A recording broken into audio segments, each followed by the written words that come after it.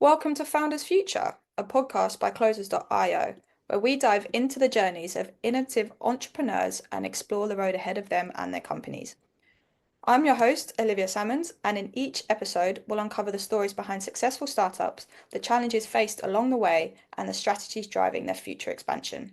Today, we're excited to have Travis Thomas, the founder and CEO of Live Yes and, joining us. Travis will be sharing more about his founding story and giving us a glimpse into his plans for future growth. So let's jump straight in. Travis, welcome to Founders Future. Thanks, Olivia. I appreciate the opportunity. Happy to be here.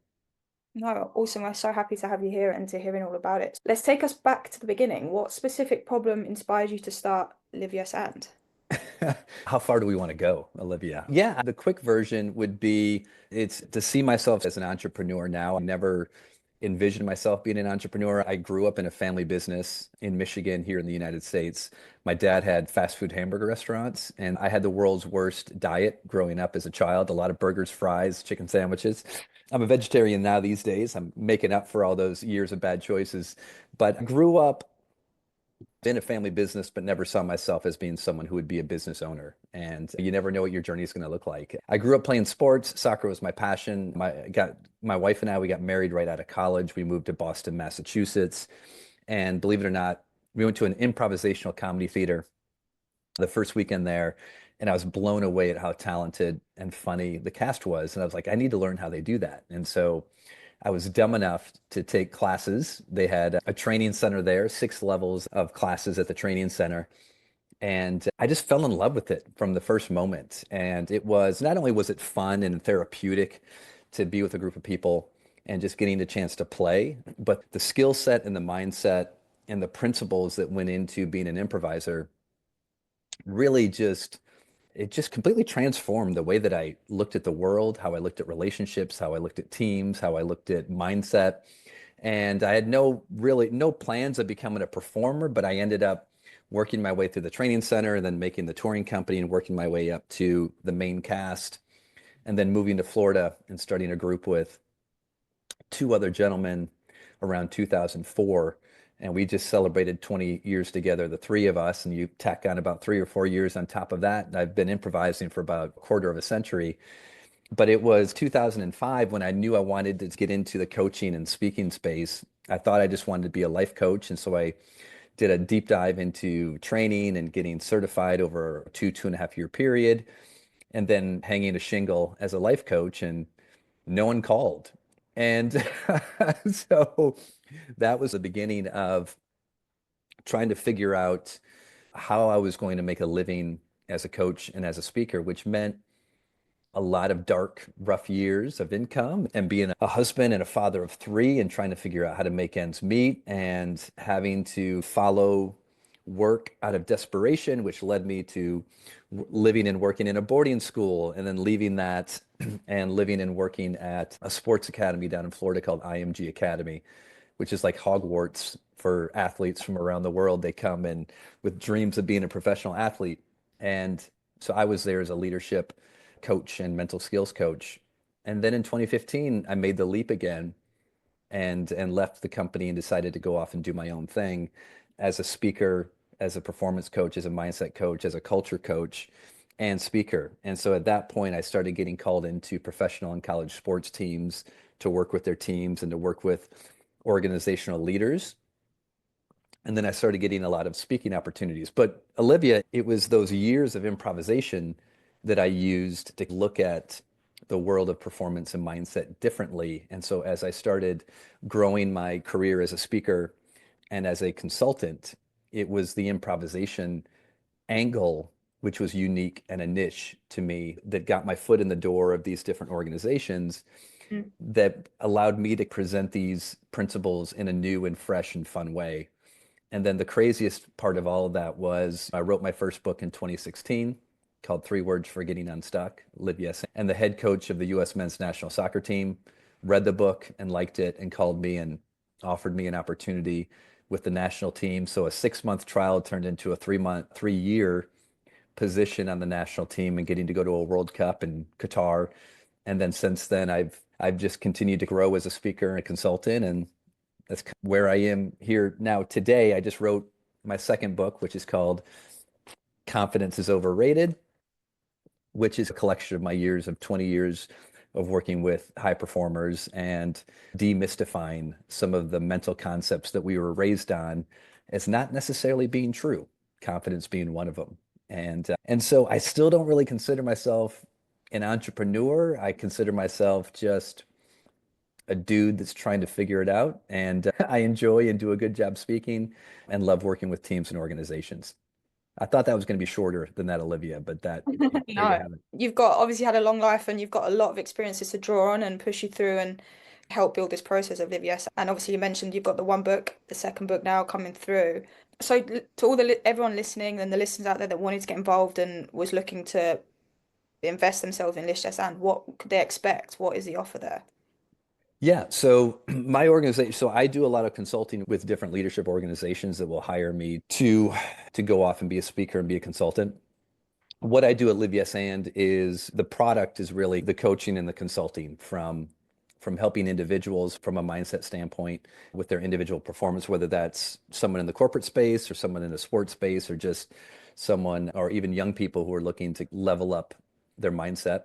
And then I do a lot of team training, both sports team training and then corporate training about how to bring teams together in a way that builds purpose, collaboration, that creates thriving environments based on psychological safety and really using a lot of those improvisational principles. So the yes and aspect of Live Yes and is based on the world of improvisation. So all of improv is based on yes and the concept of yes. And so all I did was that was such a transformational concept for me.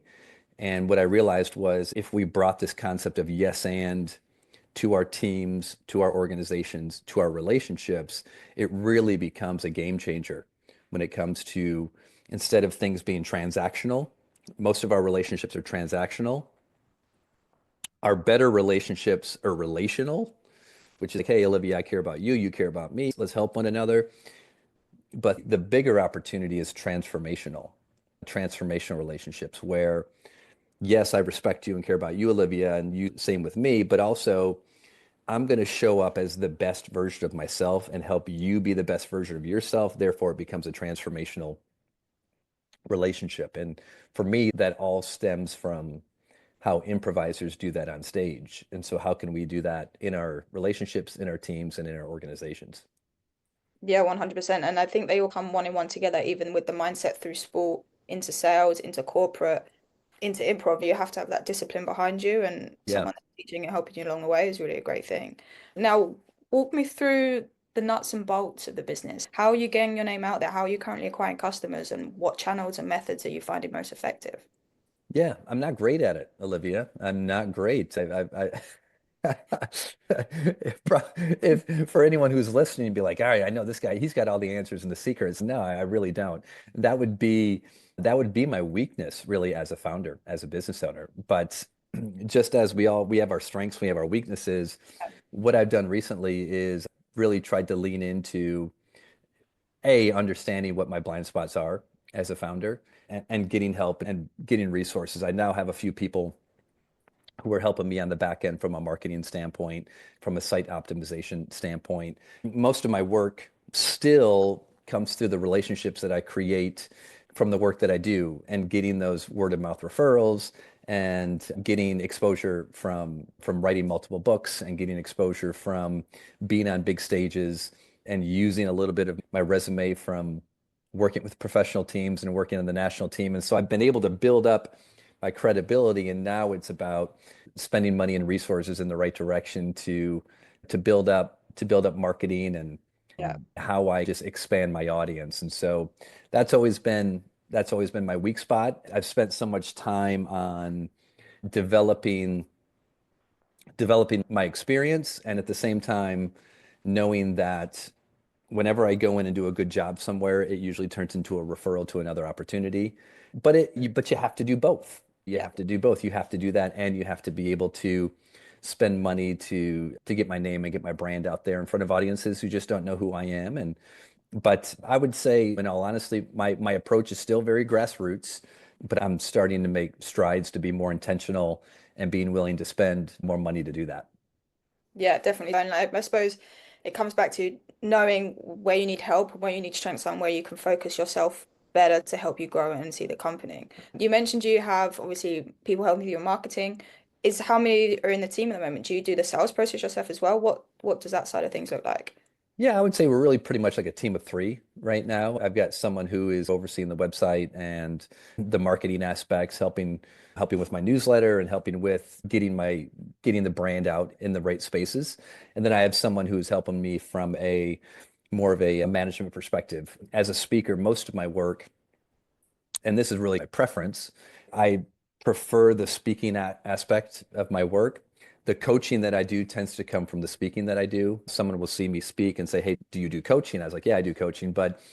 And so I will do coaching. I don't lean into the coaching as much as I lean into the speaking. I enjoy both, but I really enjoy the speaking. It's more bang for the buck as far as what I can make as a keynote speaker compared Yeah. to how that translates into hours and hours of coaching sessions, which are very fulfilling and rewarding. But I like both of them, but I'm leaning into the speaking. And now I have someone who is serving as my speaking manager, who's doing a lot of that legwork for me to reach out to associations and organizations and to be more proactive on that, which, like I said, up until recently has been very much just referral and word of mouth. Yeah, definitely. So like getting yourself out there, and I suppose the public speaking is one thing that's so important in your line of work. You're out there, you're pushing yourself, you're getting those leads in and moving forward. So where do you see the growth for that going? Where are the priorities lie, and where do you see yourself and Live Yes and in 12 months' time? Yeah, I mean, I really believe that sort of as a speaker and as a consultant, I'm just really scratching the surface. Now that I'm starting to put more intentional time and effort into, it's funny, as a leadership mental skills coach, you preach having a system, having habits and routines. As high performers have habits and routines they stick to, which if you do those consistently, they're going to create a level of consistent return. You Mhm. focus on the behaviors and the habits and the outcomes take care of themselves. That's what high performers do, whether you're an athlete or any profession. So what I'm trying to really create now over the next 12 months and beyond is what are the systems that I need to get into place that starts to generate more attention and Yeah. more lead opportunities for me. And so the next 12 months is really being intentional about getting some of those systems in place. For me, I've got a long way to go before I'm tapping out what I can do individually. But what I would also like to do is at some point be able to bring in additional coaches then that could almost develop more of a team of coaches where we could spread out and do more of this work. Although that there's so much of my personal story that is in the work that I do, the work that I do really isn't so much about me. It's about the principles. It's about those ideas. Yeah. It's those principles of improvisation. It's the principles of performance and being able to present them in a way that's very experiential, practical, and relevant. And that is definitely something that other coaches can do, and then they can use their own stories to fill in the engaging part of it. But yeah, so I think the brand, the Live Yes and brand, is definitely growable from other coaches being able to share the content. Yeah, I love that. And I suppose if you had like an unlimited source of an unlimited resource, what would you implement or what would you change to help you get there and achieve that? Yeah. Yeah, an unlimited resource, obviously, I would want to probably just spend more money on generating attention and but generating it in the right ways. My my bigger, yeah, go ahead. No, for you, what is the right way? What does that look like? I don't know, Olivia, you tell me. What should I be doing? How should I be spending that money? Oh, it's I suppose addressing that and seeing how you want to move forward. If you're getting your name out there and pushing it there, seems like the right way to go. You're Olivia, I told you, I'm the guy who doesn't know what he's doing. I know you there's people who are listening to this and watching this podcast going, this guy's people supposed to are. have the answer. I don't have the answers, Olivia. Help me, help you. Come on. So, with that being said, then what is currently preventing you from scaling even faster, and how are you addressing those challenges if you're putting yourself out there? What's preventing it? My own ignorance, Olivia. That's what's preventing me. I go on to LinkedIn and I've got 1,000 people who are telling me they're going to get me 30,000. I don't want to be spammed left and right. on LinkedIn. I don't know if any of you guys are listening. Don't be the person that reaches out and makes a connection and then immediately tries to sell your product to that person on LinkedIn. Stop it. It makes me want to leave. That's not real connection. That's not real relationship. So, in that light, Olivia, it's finding the right people that I trust, which is how I've come to have the two people who are working with me right now. These are people that I trust and so it's finding the right people at the right price that can help me grow and expand and who I trust to know what they're doing. And yeah, that takes time and I'm in no hurry. And yeah, I trust that we'll figure it out. Awesome. I trust that you will. Now, what's one tool or resource that you would say be a big game changer in the coaching space at the moment? Oh, one big tool or resource that is a game changer in the coaching Yeah, space right and now. for yourself at Live, yes, and what do you see? Yeah, I would say this AI is awesome. And we are already at a point. Actually, I'm a coach for Limitless Minds, is an organization called Limitless Minds. And we've already developed an AI tool that's like having your own mental coach and your AI mental coach in your back pocket, which is awesome. I use it, right? I'll talk to, its name's Numi, and I'll talk to Numi, and Numi will give me great coaching tips. And at first I thought, wow, Numi's probably good. AI is going to replace my ability to be a coach here at some point. And the reality is yeah, AI is going to have all the capability to be able to kind of spit back great wisdom to someone who's in need, which is absolutely true. Yet, yes, and I don't know if there's ever a true replacement for human empathy and the human connection. And I think really good coaches, hopefully I'm one of them, really good coaches understand that coaching, it's not a recipe and it's not a formula. It's about deep, intimate human connection. And I think that being the case, AI is going to, everyone needs to know AI and you need to optimize and use AI to the best of your ability. To answer your question, Olivia, like I'm finally teaching myself and getting taught on AI so that I can work smarter, faster, and more efficiently as a great tool. But I would also encourage people who are listening to it's if everyone's going left or make sure I'm going the right way. If everyone's going left, sometimes it's okay to veer. And I think the more individuals and organizations lean into the humanity of their brand and who they are, I think that's going to start to stand out. And AI is fantastic, and it's going to answer most of our technical needs and even creative needs. But at the end of the day, I think we all want that human connection. And I don't know if I answered your question, but there's something in there. We got there. Have the editors just edit my response and have it make sense. Editors, you got that? Yeah. We're gonna leave it in. No, I think there's something quite special about human mistakes as well, aligning with what you're saying. AI is incredible and as a tool and a resource to help us push through and continue growing. So 100%. Now, what would be the best piece of advice that you've received about scaling a business? About scaling, Yeah. again, Olivia, know thy audience. Know thy audience. Who are you talking to? My best advice about scaling your business is, do you want to scale your business? We could get into a deep philosophical question here, Olivia, about what someone is really trying to grow as a business. I will tell you, even though even I answered, I was like, yeah, it'd be great to have maybe a team of coaches who could do more of what I do in a bigger way. That sounds appealing. What also sounds appealing is me continuing to be a very lean business of one or a few where I can build my business to be as busy as I want to be and then find other opportunities that maybe create some residual income around that. I don't know, like writing a book. But the question I would ask someone is growing your business what you really want? What do you really want? When is What do you enough? When is it enough? We live in a Western society that the answer to there is no enough. And I don't believe in that philosophy of business.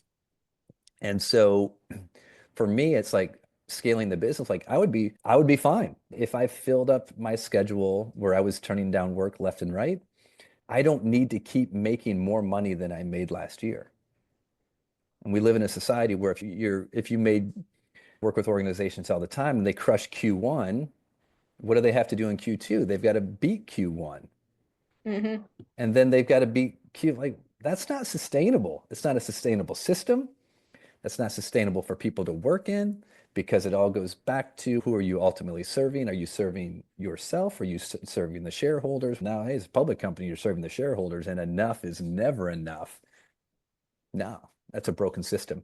So I would say for any entrepreneurs or founders out there, what do you really want? What does fulfillment look like to you? What does satisfaction look like to you? What would it look like for you to be making the income that you want to make and have a sense of freedom and peace at the same time? Because I guarantee this, Olivia, the bigger you get, the less peace people feel in the process. So we all need to figure out what that looks like for us. So what do we want? I suppose there's a finding words of wisdom there. What do we want? What Just do you that. really want? What do Not you what we're supposed to want. really? And that's a wrap on another inspiring episode of Founders Future. I want to thank Travis for sharing his incredible journey and insight with us today. And to all our listeners, if you enjoyed this episode, don't forget to subscribe to Founders Future via wherever you listen to your favorite podcast. You can also find more resources and insights at closers.io, where we're delighted to help businesses accelerate their sales and marketing efforts through world-class systems and playbooks. Until then, keep climbing, and we will see you on the next one.